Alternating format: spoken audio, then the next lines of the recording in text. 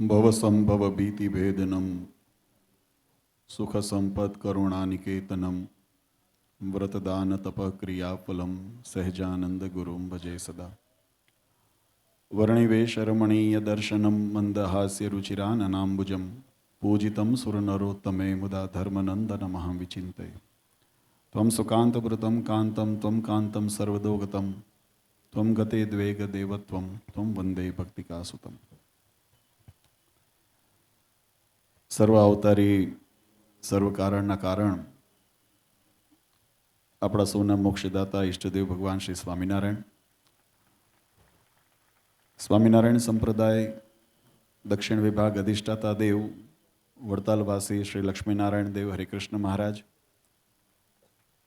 અને કહું તો જરાય અતિશયોક્તિ નથી, જે ભગવાન સ્વામિનારાયણે સ્વહસ્તે વડતાલની અંદર, ગઢપુરની અંદર, જુનાગઢ, ધોલેરા ઇત્યાદિ ધામોની અંદર જે પોતાના પ્રગટ સ્વરૂપ ભગવાને પધરાવ્યા, એનાથી જરા પણ ન્યૂન જેનો મહિમા નથી એવા આપણા સુરતના ધીંગોધણી નારાયણ મુનિ દેવની છત્રછાયામાં, એમના સાનિધ્યમાં આજના શાકોત્સવના શુભ પ્રસંગે સભામાં મંચ ઉપર સમાસીન પરમ શ્રદ્ધેય, પરમ આત્મીય, ચિરાયુષ્યમાન અમારા અતિ જેની સાથે આત્મીય નિકટ સંબંધ પૂજ્ય મહારાજશ્રીના સમકાલીન સમયથી પૂજ્ય દ્વારકેશલાલજી મહારાજશ્રી મહોદયશ્રી સાથે રહેલા છે. એટલે એમના, અને મેં હમણાં લાલનને યાદ કરાવ્યું, મેં કીધું આપ આવડા હતા ત્યારે મેં આપને ખોડામાં રમાડ્યા છે. હું આપની હવેલી ઉપર વડોદરા આવ્યો હતો મહારાજશ્રીને મળવા.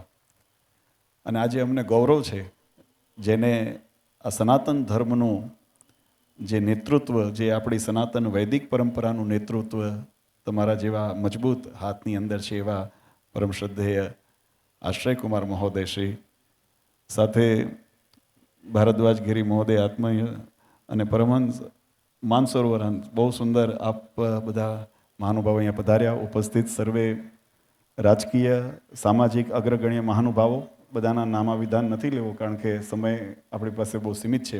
ઉપસ્થિત ધર્મકુળ આશ્રિતવાલા સર્વે સંતો, પાર્ષદો, ધર્મકુળ આશ્રિતવાલા સર્વે સત્સંગી હરિભક્તો, સર્વ ધર્મ પ્રેમી સજ્જનો, સર્વ મોક્ષભાગી જીવાત્માઓ, દરેક ભક્તજનોને અમારા હૃદયપૂર્વક જય સ્વામિનારાયણ.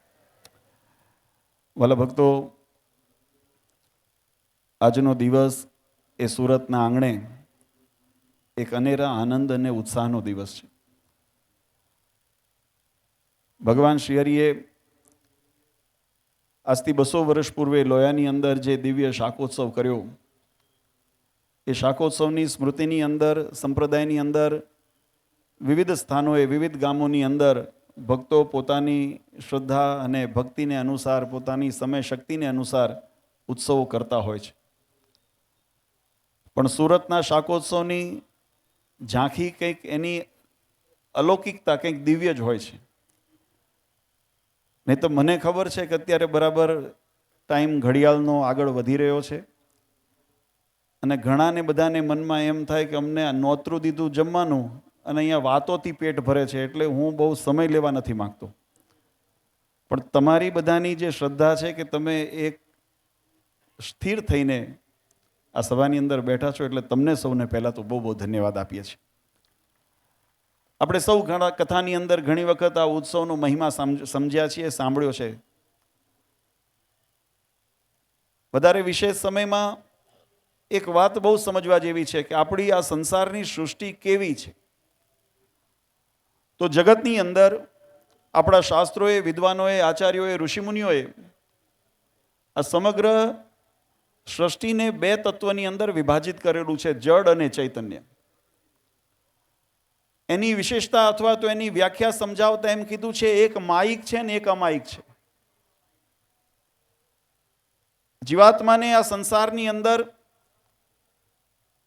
જ્યારે ત્રિગુણાત્મક એવી જે માયા, એ માયાનો યોગ થાય છે, એટલે માયાના પ્રભાવે કરીને આ જગતની અંદર જીવાત્મા જ્યારે શરીરને આધીન થઈને, શરીરના માધ્યમથી જ્યારે કર્મ અને પોતાના પ્રારબ્ધને ભોગવવા કરવાને માટે એક જન્મ લે છે, ત્યારે માયાનો એટલો પ્રભાવ એના ઉપર નિર્માણ થાય છે કે જીવાત્મા પોતાનું જે વાસ્તવિક મૂળ સ્વરૂપ, એ મૂળ સ્વરૂપને પોતે ભૂલી જાય છે. આજે ઘણી વખત વિચાર કરજો કે આપણે એમ પૂછીએ કે હું કોણ, એટલે હુંપણાની ભાવનાની અંદર આપણી દ્રષ્ટિ કેવળ આપણા પંચભૌતિક શરીર અને પંચભૌતિક શરીરના માધ્યમથી જે આપણને કંઈક પ્રાપ્ત થયું છે એ હું ને એ મારું, આટલો આપણો ભાવ હોય છે.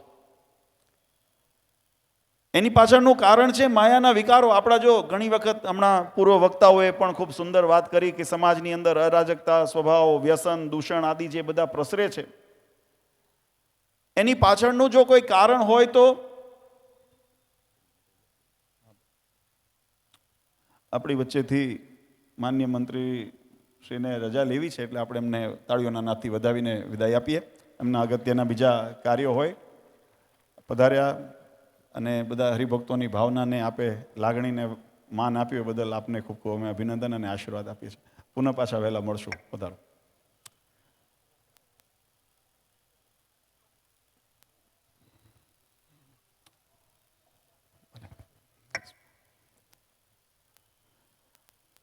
તો આપણે વાત કરતા હતા કે આ જગતની અંદર જે કોઈ આ જગતીય એટલે કે ભૌતિક વિષય જે આપણે ભોગવીએ છીએ અથવા ભૌતિક વિષયની અનુભૂતિ કરીએ છીએ, એની અંદર શાસ્ત્ર એમ કહે છે માયાનો પ્રભાવ છે. અને જ્યાં સુધી માયાનું આવરણ જીવાત્મા અને પરમાત્માની વચ્ચે હોય ત્યાં સુધી જીવાત્મા પોતે શાશ્વત હોવા છતાં પણ એ ભગવત સ્વરૂપની અથવા તો ભગવત આનંદની અનુભૂતિ કરવાને અસમર્થ છે, ભગવાનની પ્રાપ્તિ કરી શકતો નથી. આપણી સનાતન વૈદિક પરંપરા, આ વૈદિક પરંપરાની અંદર જે વિવિધ ઉપાસના ભક્તિના માર્ગ જે પ્રવૃત્તાવ્યા, જે પૂર્વ આચાર્યશ્રીઓએ, જે પૂર્વ ઋષિમુનિઓએ આ સંસારની વિટમણાઓમાંથી જીવાત્મા કેમ મુક્ત થાય અને યદ્ગત્વા ન નિવર્તન્તે તદ્ધામમ પરમમ મમ, એવા પરમાત્માના પરમધામની પ્રાપ્તિ જીવાત્મા કેમ કરે, એના માટે ખૂબ મનોમંથન કરી સમાજ વ્યવસ્થાને અનુરૂપ આ સનાતન ધર્મની અલગ અલગ પરંપરાઓ નિર્માણ કરી છે. શાસ્ત્ર એમ કહે છે, ભગવાન સ્વામિનારાયણે પણ વચનામૃતની અંદર આ વાત બહુ સુંદર રીતે નોંધ કરી છે. દરેક યુગની અંદર, દરેક સમાજની અંદર, દરેક પ્રાંતની અંદર, દરેક પ્રદેશની અંદર અલગ અલગ વિવિધતાઓ રહેલી છે. અને જે સમયે જેવા ઉપદેશ દ્વારા સમાજને સદમાર્ગની પ્રાપ્તિ થાય એ ઉપદેશનું માધ્યમ બનાવી વૈદિક પરંપરાનું સ્થાપન કરવું એ આચાર્યોનો ધર્મ છે. પૂર્વે આચાર્ય ત્યાં શંકરાચાર્યજી લઈએ, વૈષ્ણવાચાર્ય વલ્લભાચાર્યજી મહારાજ લઈએ, નિંબાર્કાચાર્ય લઈએ, મધ્વાચાર્ય લઈએ, અનેક આચાર્યો થયા. એમના ઘણી વખત આપણને એમ થાય કે સનાતન ધર્મ એક છે તો આ વિવિધતા કેમ આપણે જોઈએ છીએ. પણ વાલા ભક્તો, એક વાત બહુ સુંદર સમજવા જેવી છે. આપણે ત્યાં કોઈ કવિએ કીધું છે કે બર્તન સબકે ન્યારે ભય પણ પાણી સબ મેં એક. આ સનાતન ધર્મની આ ખૂબસૂરતી છે, આ વિશેષતા છે કે પદ્ધતિના માધ્યમથી, સાધનના માધ્યમથી, નિયમના માધ્યમથી, રિવાજના માધ્યમથી કદાચ તમને જુદાપણું જોવા મળે, પણ તત્વજ્ઞાનના માધ્યમથી જુઓ તો દરેક સંપ્રદાય સનાતન ધર્મનું એક લક્ષ્ય છે કે જીવાત્મા કર્મ અને માયા બંધનમાંથી કેમ મુક્ત થાય અને પરબ્રહ્મ પરમાત્માના ધામની કેમ પ્રાપ્તિ કરી અખંડ સુખ્યો થઈ જાય. આ જ સનાતન ધર્મનો મુખ્ય માર્ગ છે. એટલે આપણી સનાતન પરંપરામાં ધર્મ, અર્થ, કામ અને મોક્ષ ચારે પુરુષાર્થની સ્વીકૃતિ કરવામાં આવી છે. ધર્મ, અર્થ, કામ સંસારિક જીવનને સુખી કરવા માટે, અને અંતે ભગવાનની ભક્તિ દ્વારા. એટલે ઘણી વખત કહેતા હોય ને, જો ધર્મ, જગતમાં ઘણી બધી સંસ્કૃતિઓ છે અને દરેક સંસ્કૃતિનું પોતાનું આગવું કંઈક શૈલી અને મહત્વ રહેલું હોય. કોઈ ભૌતિકવાદને વરેલું છે, તો કોઈ વિજ્ઞાનવાદને વરેલું છે, તો કોઈ ધન સંપત્તિના માર્ગને વળેલું છે. પણ સનાતન ધર્મની પરંપરાની અંદર જો મુખ્ય કોઈ અંગ હોય ને તો ઉપાસના અને ભક્તિનું છે. અને ભક્તિનું અંગ પૂજ્ય મહારાજશ્રીએ હમણાં ખૂબ સુંદર વાત કરી. આપણા શાસ્ત્રોમાં લખ્યું કે ભગવાનના ભક્ત, વચનામૃતમાં મારે લખ્યું 4 પ્રકારની મુક્તિ નથી ઈચ્છતા, પણ ભગવાનની સેવા ઈચ્છે છે, ભક્તિ ઈચ્છે છે. સેવા મુક્તિશ્ય ગમ્યતામ, સેવા એ જ મુક્તિ છે. ભગવાન સ્વામિનારાયણે શિક્ષાપત્રીની અંદર નોંધ કરી. તો કહેવાની પાછળનો ભાવાર્થ વાલા ભક્તો, ભગવાનને પ્રાપ્ત કરવાના અનેકવિધ સાધનો શાસ્ત્રોમાં બતાવ્યા છે. પણ જે ભગવત સ્વરૂપની અંદર અનુરાગ ઉત્પન્ન કરીને હૃદયની ઉમળકા સાથે ભગવત પરાયણ થઈએ, શાસ્ત્રની અંદર લખ્યું, ગીતાજીની અંદર ભગવાન કૃષ્ણચંદ્રે કીધું, મદ ભક્તિ યુક્તો ભુવન પુનાતિ. આ જગતની અંદર જે મારું મુક્ત ભાવે કરીને ભજન કરે છે એના ચરણારવિંદ પણ જ્યાં પડે છે ને એ જગ્યા પાવન થાય છે, તીર્થ બને છે. આવું ભગવાન કૃષ્ણચંદ્રે અર્જુનજીને કીધું છે. આપણા જીવનની અંદર જે રહેલા ત્રિવિધ તાપ અથવા તો જે ત્રિગુણાત્મક જે માયા, એનો પ્રભાવ, એને જો નિસ્તો નાબૂદ કરવી હોય અથવા તો એના પ્રભાવમાંથી મુક્ત થવું હોય તો એના માટેનું શ્રેષ્ઠ જો કંઈ સાધન હોય તો એ ભગવાનની ભક્તિ છે, ભગવાનની આરાધના છે. ભગવાને મહાભારતની અંદર પ્રસંગ આવે છે, અર્જુનજી જ્યારે બ્રાહ્મણ પુત્રને લેવા માટે જ્યારે ભૌમા પુરુષના લોકમાં ગયા, ભાગવતજી એમ કે રથ, હાથી, ઘોડા વગેરે જે હતા બધા માયિક હતા, પણ ભગવાનનો યોગ થયો તો અમાયિક થયા, અને અમાયિક થયા એટલે ભૌમા પુરુષના માયાના તમને ઓળંગીને ભૌમા પુરુષના લોક સુધી જઈ શક્યા. એમ સંસારિક જીવની અંદર ગીતાજીની અંદર બહુ શુદ્ધ સુંદર વાક્ય બતાવ્યું છે, યથા અગ્નિ નામ હેમ મલમ નહાતી. જે જીવાત્માનું શાશ્વત સ્વરૂપ છે, જેમ સોનું હોય ને, આપણે આ દાગીના બધા પહેરો છો બનાવે છે ને, એને ઘડતી વખતે એની અંદર ઘણા પ્રકારના ધાતુઓનું મિશ્રણ કરવામાં આવે, ભેગ જેને કહેવામાં આવે. અને હમણાં જ મેં સવારે વાત કરી હતી કે જેટલું ધાતુનું પ્રમાણ, અન્ય ધાતુનું પ્રમાણ વધે એટલું, તમને કહું તો 24 કેરેટનું સોનું હોય તો એનું કિંમત જુદી હોય, પછી 22 કેરેટનું થાય તો એની કિંમત જુદી હોય, પછી એનાથી 18 કેરેટનું થાય તો એની કિંમત ઓછી થાય, એનાથી 16 કેરેટનું થાય તો ઓછી થાય. એમ ઘટતા ઘટતા સોનાનું પ્રમાણ ઘટે અને અન્ય ધાતુનું પ્રમાણ જો વધે તો સોનાની કિંમત ઘટાડી દે. એ જ રીતે દૂધની અંદર હું ઘણી વખત દ્રષ્ટાંત આપું છું કે દૂધની અંદર થોડો પાણીનો ભાગ હોય તો એ પાણી દૂધના કિંમતે વેચાય. પાણી છે પણ ભાવ કયો લાગે એનો? દૂધનો. પણ દૂધની અંદર પાણીનો ભાગ વધતા વધતા વધતા દૂધને ઓવરટેક કરી નાખે, પછી દૂધ પાણીના ભાવે વેચાય છે. આપણા સંતોએ કીર્તનોમાં લખ્યું, પારસ સ્પર્શી લોહ કંચન ભઈ મોંઘે મૂલે વેચાય રે. આ સંસારની અંદર જીવાત્માને ભગવાન રૂપી પારસમણી મળ્યા છે.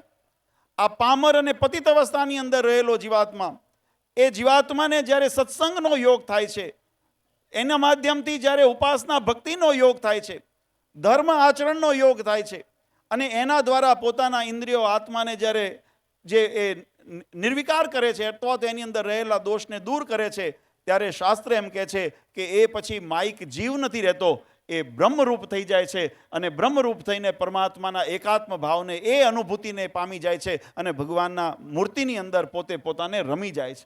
આ પ્રાપ્તિ મોક્ષપદની પ્રાપ્તિ છે. તત્વજ્ઞાન બહુ વિશાળ છે, અને એના માટે હું ઘણી વખત કહું છું કે શાકોત્સવ એ યોગ્ય મંચ નથી. આ તો કેવું થયું કે આપણે શાકભાજી લેવા જાઓ ને તો શાકભાજીની અંદર ઓલા ફેરિયા હોય ને જે રેંકડીવાળા, એ શાકભાજી આખો દિવસ લીલું રહે ને એટલે એના ઉપર થોડું થોડું પાણી છાંટ્યા કરે. આમાં એક દિવસનો પ્રસંગ છે ને, આ પાણી છંટાય છે કે તમે લીલા રહો. બાકી હકીકતમાં જો શાસ્ત્રોનું ને આપણી સનાતન તત્વજ્ઞાનને, તો એના માટે ભાગવત, રામાયણ, સત્સંગી જીવન આદિ ગ્રંથની 7-7 દિવસની 9-9 દિવસની હેલીમાં સ્નાન કરવું પડે. એ જ્ઞાન ગંગામાં જ્યારે ઊંડા ઉતરીએ ને ત્યારે આપણી આત્માની અંદર એ જાગૃતિને સમજણ આવે. પણ તમે ત્યાં સુધી હુકાવો નહીં ને એટલે આ છાંટા નાખ્યા આ મહિમાની વાતો દ્વારા. આ વાત એટલા માટે વિશેષ સમય નથી લેવો. આપણા સંપ્રદાયની અંદર આની દિવ્યતા, આ હેતુ એટલા માટે છે. માયિક બનેલા જીવાત્મા માયિક નથી. આ વસ્તુ બહુ સમજવા જેવી છે. શાસ્ત્રે બંનેના ગુણધર્મ અલગ બતાવ્યા છે. ગીતાજીની અંદર ભગવાને કીધું, નૈનમ ચંદંતે શસ્ત્રાણી નૈનમ દહતી પાવક. આત્મા શાશ્વત છે, એ નથી મરતો, નથી કપાતો, નથી સુકાતો, નથી બળી શકાતો. અને શરીર છે એ અષ્ટવિકારે યુક્ત છે. અસ્થિ જાયતે વર્ધતે વિપરિવર્તતે ક્ષીયતે નશ્યતે. આ એની અંદર દોષ રહેલા છે. તો બંનેના ગુણધર્મ અલગ છે. પણ અજ્ઞાનતાવશ જીવાત્મા જ્યારે પોતાના આત્મ સ્વરૂપને ઓળખવાનું ભૂલી ગયો એટલે શરીર રૂપને પોતાનું વાસ્તવિક માની, ઇન્દ્રિયોને પોતાનું વાસ્તવિક જગતના વિષયના જે ભોગવિલાસને સુખ છે એની અંદર તત્પર રહે છે. એમાંથી જીવાત્માને ઉજાગર કરીને જાગૃતિ, યા નિશા સર્વભૂતાની તસ્યામ જાગૃતિ સંયમી. જે આ જગતની મોહ માયા જાળની અંદર જ્યારે જીવાત્મા એ ફસાયો અથવા તો જ્યારે સુકાયો હોય, એની અંદર સુષુપ્ત અવસ્થાની અંદર હોય, એને સત્સંગ ધર્મ જાગૃત કરીને એના મુખ્ય માર્ગ ઉપર એને લઈ જાય અને ચારે પુરુષાર્થને સિદ્ધિની પ્રાપ્તિ કરાવે. એ સત્સંગ છે. આજે એના માટે વાલા ભક્તો આ સત્સંગની અંદર વિવિધ ભગવાન અવતારો આ ધરા ઉપર ત્યાં, મત્સ્ય, કચ્છ, વરા, નરસિંહ, વામન, રામકૃષ્ણ આદિ અનેક અવતારો ભગવાનના ત્યાં. અને એટલું જ નહીં, ભગવાને બહુ સુંદર, ભાગવતજીની અંદર એક બહુ સુંદર પ્રમાણ આવે છે. મહાત્મા ભાગની અંદર લખ્યું, ભગવાન સ્વામિનારાયણ શિક્ષાપત્રી સત્સંગી જીવનની આ વાત લખી.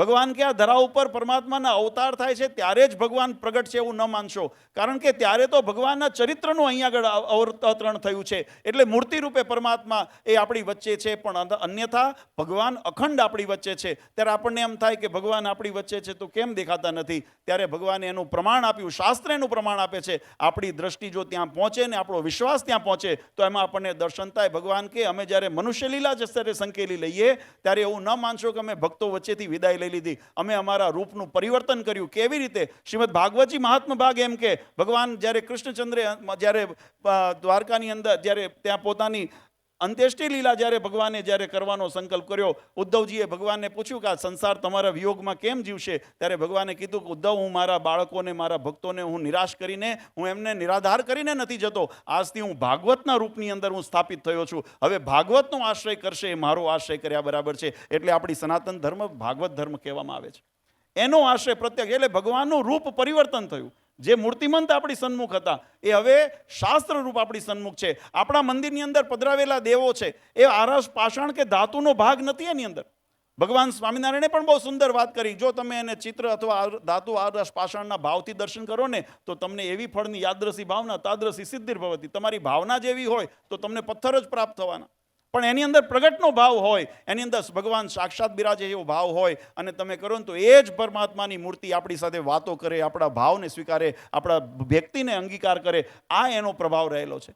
અને ત્રીજું, હાલતું ચાલતું બોલતું સ્વરૂપ. કારણ કે મૂર્તિ કદી ઘણી વખત એમ થાય બોલતું નથી. શાસ્ત્ર બોલે છે, એ હાલતું ચાલતું નથી. એને કોકે માથે ઉપાડીને આપણે લાગી જવા પડે. શાસ્ત્ર બોલે છે, એના જે શબ્દો છે ને ભગવાનની વાણી છે, મદરૂપમિતિ મદ વાણી, એ ભગવાનના જ શબ્દ શાસ્ત્ર બોલે છે. એટલે ભગવાનના શબ્દો શાસ્ત્રમાં જોવા મળે, ભગવાનની મૂર્તિના દર્શન થાય, પણ બંનેનો સમન્વય થાય. બોલે પણ ખરા ને ચાલે પણ ખરા ને જવાબ પણ આપે એવું સ્વરૂપ. તો કે આચાર્યમ મામ વિજાનીયાત, આની અંદર અમારો અખંડ વાસ છે. આ મહારાજનું પોતાનું પ્રગટ સ્વરૂપ મહારાજ અહીંયા બતાવ્યું.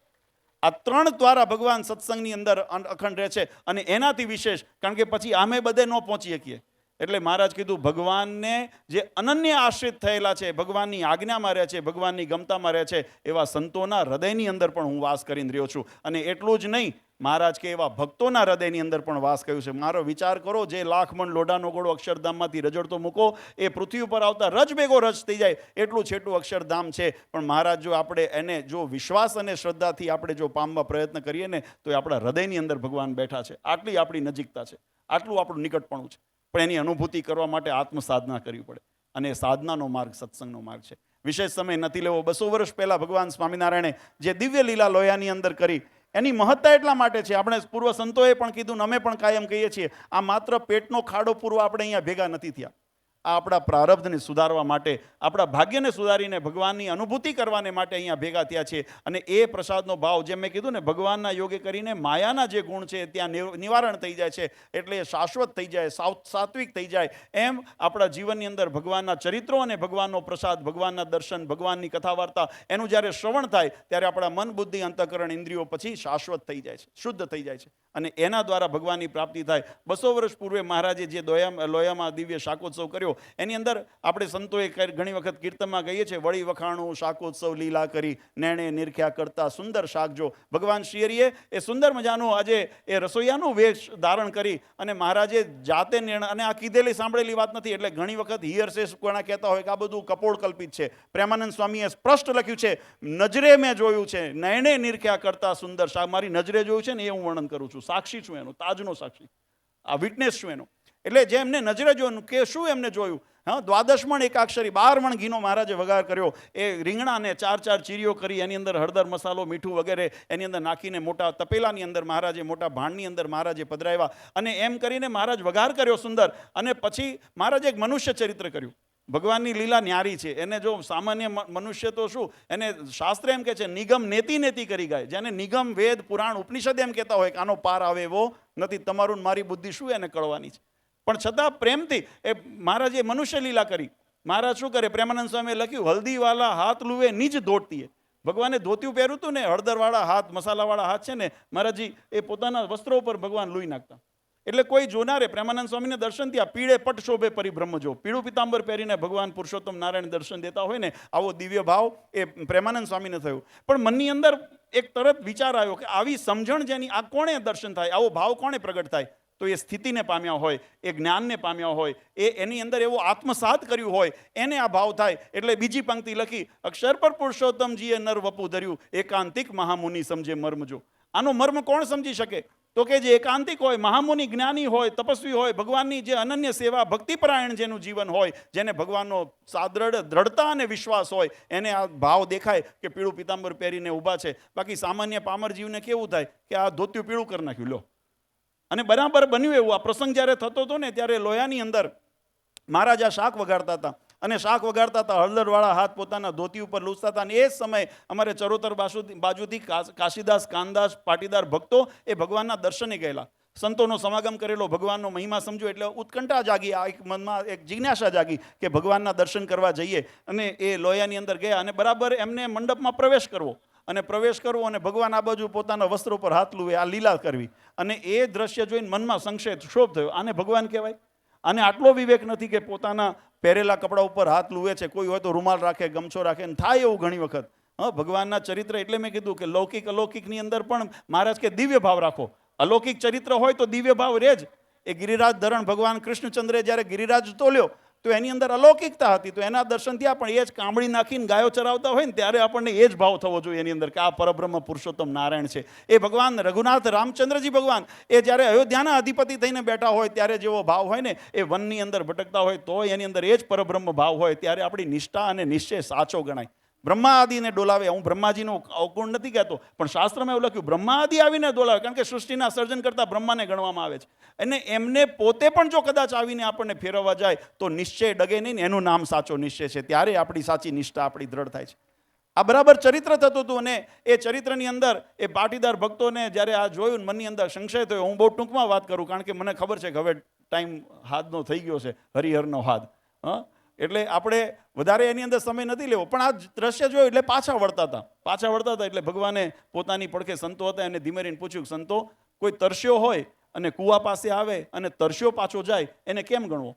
ત્યારે સંતોએ કીધું કે મહારાજ, એ તો અભાગ્યો કહેવાય ને. આટલી લાંબી યાત્રા કરીને કોઈ ગંગાજી સ્નાન કરવા જાય ને આચમન ન કરે તો એનાથી મોટો અભાગ્યો કોણ કહેવાય? તો કે જો ઓલા ભક્તો અમારા દર્શન માટે છે, ચરોતરથી આવ્યા છે, પણ અમને મળ્યા વગર જાય છે. પ્રેમાનંદ સ્વામી મહારાજના સખા ભક્ત હતા, અને સખા ભક્ત હોવાને નાતે થોડા રમૂજ કરવાનો અને એમનો અધિકાર હતો. એટલે ધીમે રહીને મહારાજને પ્રેમનો ઠપકો આપ્યો. મહારાજને કે મહારાજ, આમાં એમનો વાંક નથી, વાંક તમારો છે. મહારાજ કે અમારો શું વાંક છે? અમે તો જો તમારા માટે આ શાક બનાવીએ છીએ, હમણાં તમને પ્રસાદ આપશું, તમને લાડ લડાવીએ છીએ, આમાં અમારો શું વાંક છે? ત્યારે પ્રેમાનંદ સ્વામીએ મહારાજને વિનંતી કરીને કીધું કે મહારાજ, અમે જ્યારે કથા કરતા હોઈએ ને ત્યારે તમારા ઐશ્વર્ય પ્રતાપના વર્ણન કરતા હોઈએ, ત્યારે તમારી મોટપના વર્ણન કરતા હોય, વ્યાપકતાનું વર્ણન કરતા હોઈએ, તમારા શણગારના વર્ણન કરતા હોઈએ. અમે કહેતા હોઈએ મહારાજે 3 છોગડાની પાક ધારણ કરી છે, જરિયાની જામો પહેર્યો છે, સોનેરી સુરવાળ પહેર્યો છે, કમરમાં કટિબદ્ધ બાંધ્યો છે, બાજુબંધ બાંધ્યા છે, હાથની અંદર વેડ કડા વીંટીઓ ધારણ કરી છે, પગની અંદર તોડા ધારણ કર્યા છે, ચરણમાં ચાંખડીઓ છે, ગળાના હેમના હાર ધારણ કર્યા છે, પુષ્પની વૈજયંતી માલા ધારણ કરી છે. અમે આવું વર્ણન કરતા હોઈએ.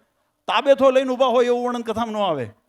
ભગવાન તાબેતો લઈને ઊભા હોય એવું વર્ણન. અને આવું થાય ઘણી વખત. આવો જ્યારે ચરિત્ર જોઈએ ને તો સંશય થાય. ભગવાન રઘુનાથ જ્યારે વનની અંદર રાવણે માતા સીતાનું હરણ કર્યું, પછી વ્યાકુળ થઈને જે વનમાં ભટકતા હતા, તો મા પાર્વતીજીને પણ એક વખત મનની અંદર સંશય એમ થયો કે આને તમે શિવજીને કીધું કે આને તમે ભગવાન કહો છો, પરબ્રહ્મ કહો છો, આ એક સામાન્ય જીવની જેમ પોતાના પત્નીની અંદર આસક્તિ દેખાડે છે. આ તો માયાતીત ગુણાતીત હોવો જોઈએ ને. ભગવાન તો માયાથી પર છે, તો એને આવી માયાનું બંધન કેમ? ત્યારે ભગવાન ભોળાનાથે કીધું, દેવી તમે એ અખતરો રહેવા દો. આ તમારા આ આપણી વસ્તી, આ તો ચરિત્ર છે, આને દર્શન જ કરવાના હોય ખાલી. આમ તો એકાત્મા બ્રહ્મ રૂપે એક જ કીધા છે બધાને, હો. એટલે કોઈ એવું પાછું ભેદ ન જાણે. આ ખોટી જે શ્રદ્ધા અથવા અણસમજ છે ને એને જ ડખા સંપ્રદાયની અંદર અને આ વિવાદો આપણી સનાતન સંસ્કૃતિની અંદર ઊભા કર્યા છે. એટલે એવી ખોટી મિથ્યામ નહીં, એકાત્મ ભાવ બતાવ્યો છે. પણ છતાં પણ ભગવાન શિવજીએ કીધું કે દેવી એ પરીક્ષા રહેવા દો. એ દેવી કે મા પાર્વતી કે ના, મારે કરવું છે. સીતા માતાનું રૂપ લઈને આવ્યા અને ભગવાન રઘુનાથની આગળ ઉભા રહ્યા. ભગવાન ઓળખી ગયા, કારણ કે તંત કી જાને, મન કી જાને, જાને ચિત્ત કી ચોરી. ભગવાન તો અંતર્યામી જાણી ગયા કે માતા, તમને કીધું દેવી તમે ભોળાનાથને ક્યાં મૂકી આવ્યા? એટલે વિસ્મય થયો. ભગવાનના ચરિત્રની અંદર આ દિવ્યતા છે. આ લૌકિક ચરિત્ર ભગવાનનું જોયું એટલે પાટીદાર ભક્તો નારાજ મહારાજને પ્રેમાનંદ સ્વામી કે મહારાજ, અમે વખાણ કરતા હોઈએ, આવું કરતા હોઈએ, ચતુર્ભુત સ્વરૂપ, અષ્ટભુત સ્વરૂપ, સહસ્ત્રભૂત સ્વરૂપ, અમે આવું વર્ણન કરતા હોઈએ. તાબેતો લઈને ઊભા હોય એવું વર્ણન કરીએ એવું આવે નહીં. અને આ તમારા આ ચરિત્રને જોઈને આ તાબેતો તો લીધો બરાબર છે, પણ હવારે અમે જ્યારે આપણે ધોતિયું ધરાવ્યું ને ત્યારે સફેદ હતું. આ તમારે પીળા હાથ હળદરવાળા લોહીને પીળું કરી નાખ્યું. હવે કોણ માને કે આ પરબ્રહ્મ પુરુષોત્તમ ભગવાન છે? કોણ વિશ્વાસ કરે? અમારે થાય એવું ઘણી વખત આ સભાની અંદર તો સભાની મર્યાદા પ્રમાણે બેઠા હોય, પણ ઘરની અંદર ઘણી વખત અમે સામાન્ય ઘરના લગડા એટલે અમે સદરો કે પહેરીને બેઠા હોઈએ. હવે કોઈ આવીને અમને જ પૂછે કે લાલજી મહારાજના દર્શન થશે, એટલે એને કહેવું પડે કે હા તમારી સામે છે એ જ. એટલે એને તો અપેક્ષા કેવી હોય? સાફો બાંધ્યો હશે, અચકણ પહેર્યું હશે, આવું બધું અપેક્ષા હોય ને. પણ સામાન્ય તો ભગવાનને એટલે પ્રેમાનંદ સ્વામીએ કીધું મહારાજ કોણ વિશ્વાસ કરશે કે આ પરબ્રહ્મ પુરુષોત્તમ નારાયણ તાબેતોય હલાવતા આવડે છે? આવડે હો, ભગવાનને બધું આવડે. એ બધું એ કળાના સર્વ કળાના નિધિ છે. જે કળા ભગવાને વચનામૃતની અંદર લખ્યું કે કોઈ સંસારની અંદર ભગવાનને ભજીને જે પણ જે કળા કરે છે એના કળાનો પાર ન પમાય તો આ તો અનંત કળાના અધિપતિ છે એવા ભગવાનનો પાર કેમ જીવાત્મા પામી શકે? વચનામૃતની અંદર લખ્યું. એટલે બધું આવડતું હોય ભગવાને, જરૂર પડે ત્યાં એટલું દેખાડે. કોઈ એવો જો ભેદ ન કરવો કે ભગવાને આ અવતારમાં આ ચરિત્ર કર્યું ને બીજા અવતારમાં ન કર્યું, ભગવાન નથી. ભગવાનના જ્યારે જેવી જરૂર પડે એ અલગ અલગ. મેં કીધું ને કે જેવા યુગ, જેવો ધર્મ, જેવો લોક, જેવો સંજાર, જેવી સમજણ. મારે નાના બાળકને સમજાવવું હોય ને તો એની કાલી ઘેલી ભાષામાં સમજાવવું પડે. કોઈ મારે મોટા વડીલને સમજાવવું હોય ને તો એને તાણીને સમજાવવું પડે, કારણ કે કાનના દેવતા થઈ ગયા હોય ને, એટલે એને એ રીતે. અને કોઈ યુવાનને સમજાવવું હોય તો એને એની ભાષામાં. દરેકને પોતપોતાની ભાષામાં. આ સનાતન ધર્મે એ કામ કર્યું છે. આ સમાજને એક તંત્રે બાંધવાને માટે, એક માળાના મણકા બનાવવાને માટે એક દોરીરૂપ પોતાના સિદ્ધાંતો અને ઉપાસના ભક્તિના વૈદિક માર્ગને અપનાવી અને દોરી નિર્માણ કરીને અલગ અલગ મણકાઓની અંદર પૂર્યા છે. ભગવાનના ચરિત્રની અંદર પ્રેમાનંદ સ્વામી કીધું મહારાજા અભાગ્યો જીવ કદાચ તમારા મનુષ્ય લીલાને ન સમજી શકે અને જીવાત્માનો મોક્ષ બગડી જાય ત્યારે એના માટે ઉપર કંઈક દયા કરો. અને ત્યારે ભગવાને હાથ કરીને બોલાયો. ઓલા પાછા વળતા હતા ને એટલે મહારાજે હાથ પાડ્યો, કાશીદાસ કાનદાસ તમે જે જોવા માટે આવ્યો છો જોઈને જાઓ. અને જ્યારે ભક્તોએ પાછું વળીને જોયું ને ત્યારે ભગવાને ચતુર્ભુજ સ્વરૂપે દર્શન દીધા, પોતાના ભગવાનપણાની પ્રતીતિ કરાવી. એ ભક્તોને નિશ્ચય થયો કે હાથમાં તાબેતો હોય, માળા હોય, ધનુષ હોય, વાંસળી હોય કે કોઈ પણ રીતે પરમાત્મા નરસિંહ રૂપે પ્રગટ્યા હોય તોય ભલે, વામન રૂપે મચકચવરા આદિ કોઈ પણ રૂપે હોય, પણ પરબ્રહ્મ તત્વ છે એ જ એક જ છે. અને એના સ્વરૂપને આ સમજણને નિષ્ઠાને દ્રઢ કરવા માટે આ ઉત્સવને આપણે નિમિત્ત બનાવ્યા છે. એની અલૌકિકતા એ રહેલી છે. બાકી રોટલા તો ઘરે પણ આપણે બનાવીને ખાતા હોઈએ, પણ ઘરે જે બનાવેલા રોટલા હોય ને એમાં મેં કીધું એમ માયાનો પ્રભાવ હોય, કંઈક દેહાભિમાન હોય, અહંકાર હોય. અને જ્યારે ભગવાનનો પ્રસાદ મહિમા સમજીને આપણે આરોગીએ ને ત્યારે આપણા અંતઃકરણના મલિન વિચારો, જેમ સોનાની અંદર જેમ લખ્યું કે અગ્નિના યોગથી એ સોનું પીગળે અને પીગળીની અંદર રહેલા જે ધાતુ છે બધા જુદા થઈ જાય અને સોનું પોતાના મૂળ સ્વરૂપની અંદર પાછું આવે ત્યારે એની કિંમત વધે. એમ આત્માની અંદર પારસ સ્પર્શી લોહ કંચન ભાઈ મોંઘે મૂલે વેચાય રે. આત્મા તો એ પોતે શાશ્વત છે, પણ સંસારિક માયા બંધનની અંદર અજ્ઞાનતા રૂપી અંધકારની અંદર એ એટલો ગરકાવ થયો છે કે પોતાના મૂળ સ્વરૂપને ભૂલી ગયો છે, મૂળ લક્ષ્યને ભૂલી ગયો છે. એટલે એને જ્યારે સત્સંગરૂપી યોગ થાય, એના તપિશની અંદર જ્યારે તપે ત્યારે એની અંદર વાસ્તવિક પોતાના બ્રહ્મરૂપની અંદર સ્થિર થઈ અને પરબ્રહ્મની પ્રાપ્તિ કરવા માટે સામર્થવાન બને છે. આ પ્રાપ્તિ આપણને સનાતન ધર્મ, આપણી સત્સંગ આપણને કરાવે છે. આપણા ભગવાને આપણા માટે આ મોક્ષનો માર્ગ ચીંધ્યો છે. એટલે એના માટે અને પણ નિયમ એટલો જ. મેં ઘણી હમણાં સભામાં ક્યાંક કીધું હતું, મહારાજ કીધું ભક્તિ એ સર્વ ઔષધિ સમાન છે. સર્વ કાર્યનું જો સિદ્ધિ થતી હોય ભક્તિથી થાય છે. પણ એમાં 3 વસ્તુનું મહારાજે બહુ અનુસંધાન રાખ્યું. ભક્તિ કરવી એની અંદર 3 બાપુ, એની અંદર 3 વસ્તુનું અવશ્ય અનુસંધાન. એક તો મહાત્મ સમજો. તમે કરો છો ને વગર મહાત્મે વગર સમજણે તમે જ્યારે કરો તો એનો કોઈ અર્થ નથી રહેતો. એનું મહાત્મ સમજો તમે જે ભક્તિ કરો છો. બીજું, એના નિયમમાં રહીને કરો. એના નિયમની બહાર જઈને તમે કરેલી એ વ્યક્તિ નથી. અને ત્રીજું, પતિવ્રતા ભાવે થઈને પોતાના આરાધ્ય ઇષ્ટદેવની અંદર પૂર્ણ નિષ્ઠા રાખીને ભક્તિ કરો. આ ત્રિગુણાત્મક જ્યારે ભક્તિ થાય, ધર્મે સહિત, ભગવાન શિક્ષાપત્રીમાં લખ્યું ધર્મેણ રહિત કૃષ્ણ ભક્તિ કાર્ય ન સર્વથા. જે ભગવાનની ભક્તિમાં જો આચરણની શુદ્ધતા ન હોય, વિચારોની શુદ્ધતા ન હોય, ધર્મની મર્યાદા ન હોય તો એ ભક્તિ પછી ભક્તિનું ફળ નથી આપતી. ભક્તિનું ફળ 2 પ્રકારે છે, એક બીજબળ અને એક પૂર્ણ ફળ. બીજબળ એ છે કે તમને જન્મમાં આપે, જન્મ મરણમાં મનુષ્ય દેહ આપે અને મનુષ્ય દેહમાં સત્સંગ ઓળખાવે. આ એનું બીજબળ બન્યું. અને એ જ ભક્તિ જો પરમાત્માને પ્રસન્ન કરી જાય તો ભગવાનના ધામની પ્રાપ્તિ કરે, મુક્તિ આપી દે. એ જીવાત્માને આ ભક્તિની પરાકાષ્ઠાને ભક્તિનું પ્રદાન. તો વાસ્તવિક ભક્તિનું સ્વરૂપ એ છે કે જેના દ્વારા, અને મહારાજે બહુ જો કે શાસ્ત્રની અંદર વિવેચન કર્યું છે, પણ મેં કીધું કોક દાડો 7 દિવસની હેલીનો એનો વારો આપણે રાહ જોઈએ. અમારા યજમાનો અહીં આગળ થાય એવા બેઠા છે.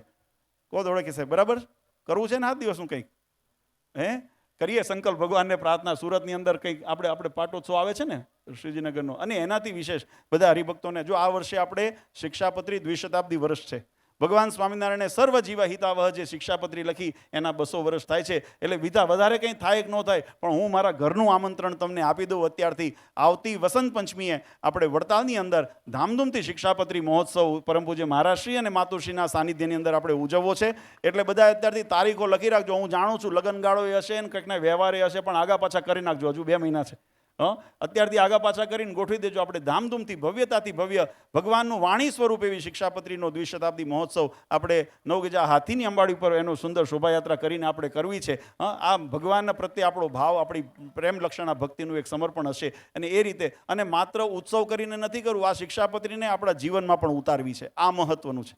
આ મહત્વનું છે. ખાલી ઉત્સવ કરીને હારતોરા કરવાથી એ ઉત્સવ ન કહેવાય, પણ એ શિક્ષાપત્રીના આદર્શોને, એ શિક્ષાપત્રીના આચરણને આપણા જીવની અંદર આપણે ઉતારીએ ને તો એ સાચી આપણે ભગવાનને પ્રત્યે આપણી શ્રદ્ધા હશે. તો આજે એવા જાહેરાત સાથે આજના આ શાકોત્સવની અંદર અમારા પરમ સ્નેહી એવા જે દ્વારકેશલાલજી મહારાજશ્રીના ચિરંજીવી એવા આશ્રયકુમારજી મહોદયશ્રી અહીંયા પધાર્યા સમયની વ્યસ્તતામાં આપને ખૂબ ખૂબ અમે હૃદયથી આવકારીએ છીએ. સમગ્ર સંપ્રદાય વતી આપનું સન્માન કરીએ છીએ અને ખૂબ ખૂબ આપને શુભકામના આપીએ છીએ. આપના નેતૃત્વમાં વૈષ્ણવ સત્સંગ સમાજને સનાતન ધર્મની ખૂબ વિકાસની યાત્રા અગ્રેસર થાય એવી ભગવાન શ્રી હરિના ચરણારીનો પ્રાર્થના કરીએ છીએ. અમારા ઉપસ્થિત સર્વે મહામંડલેશ્વરો આપને પણ ખૂબ ખૂબ અભિનંદન આપીએ છીએ કે આપનો આ પુનઃ એક વખત આપણને એકત્રિત થવાનો, એક મંચ શેર કરવાનો અવસર મળ્યો. આપનો પણ ખૂબ ખૂબ અમે બિરદાવીએ છીએ. આપ અમને કુંભની યાત્રાની અંદર અમને ખૂબ મદદરૂપ થયા હતા, એટલે આપને પણ બધાને અને અહીંયા ઉપસ્થિત તમામ નામી અનામી બધાને હું નામ દઉં તો સમય ઘણો જતો રહેશે, એટલે બધા અમારા સંતોને અમે ખૂબ ખૂબ બિરદાવીએ છીએ. આવા કટોકટીની અંદર બધા પ્રકારના માન ને સ્વાર્થને મૂકીને ભગવાન સ્વામિનારાયણની આજ્ઞામાં રહ્યા છે. તમને ખૂબ ખૂબ અમે બિરદાવીએ છીએ. તાળીઓના નાદથી સંતોને, પાર્ષદોને વધાવીએ. અને અમારો લક્ષ્મીનારાયણ દેવ યુવક મંડળ ખાસ કરીને જે સ્વયંસેવકોએ રસોડાની અંદર સેવા કરી છે. અમે હમણાં શાકને વઘારવા માટે ગયા ત્યારે જોયું કે બહેનો જે એ રોટલાની સેવા કરતા હતા, હરિભક્તો જે શાકની વગેરેની સેવા કરતા હતા, એવા તમામ સ્વયંસેવકોને જે પાર્કિંગની અંદર વ્યવસ્થાની અંદર હતા, રસોડાની અંદર, તમામને નામી અનામી બધાને અમે અંતરના ખૂબ ખૂબ આશીર્વાદ આપીએ છીએ. ભગવાન તમને ખૂબ ખૂબ એવું સમજણ, શક્તિ અને એવી ભગવાનની ભક્તિ આપે કે આપણા જીવનની અંદર આવા ઉત્સવો અનેક એવા થતા રહે. મહારાજનો રાજીપો સ્વરૂપ રહે. ભગવાન શ્રી હરિના ચરણારીમાં પ્રાર્થના કરી પરમ પૂજ્ય સનાતન ધર્મ ધુરંધર આચાર્ય શ્રી અજેન્દ્ર પ્રસાદજી મહારાજ, અશોક ગાદીવાળા પૂજ્ય માતુશ્રી અને અમારા સમસ્ત ધર્મકુળ પરિવાર વતી આપ સૌને અંતરના આશીર્વાદ આપીને એક છેલ્લે ભલામણ આપણા ગેહલોત સાહેબ કહીને ગયા છે, હવે બધા હેલ્મેટ પહેરજો, પટ્ટા બાંધજો અને રોંગ સાઈડ ન જશો અને હોર્ન ન મારશો. આ 3-4 વસ્તુનું બધા અનુસંધાન રાખજો, નહીં તો આપણો તિલક ચાંદલો વગોવાશે. એમ થશે કે જો આ સ્વામિનારાયણવાળા અહીંયા આગળ ઊંધા એવા. એટલે અને પહેલી ભલામણ મારા ડ્રાઈવરને અભયસિંહભાઈને જ આપવાની છે. એ ઘણી વખત ઉતાવળ કરનાર હોય છે. સાંભળતા હોય સાંભળી લેજો, જો સાહેબ શું કહીને ગયા છે. એટલે બધાને ખૂબ ખૂબ અભિનંદન. આપણે નિયમમાં રહીએ અને ભગવાન બધાનો ખૂબ મંગળ વિસ્તારે પ્રાર્થના સાથે મારી વાણીને વિરામ આપો. બોલો સ્વામિનારાયણ ભગવાન, નારાયણ મુનિ દેવની.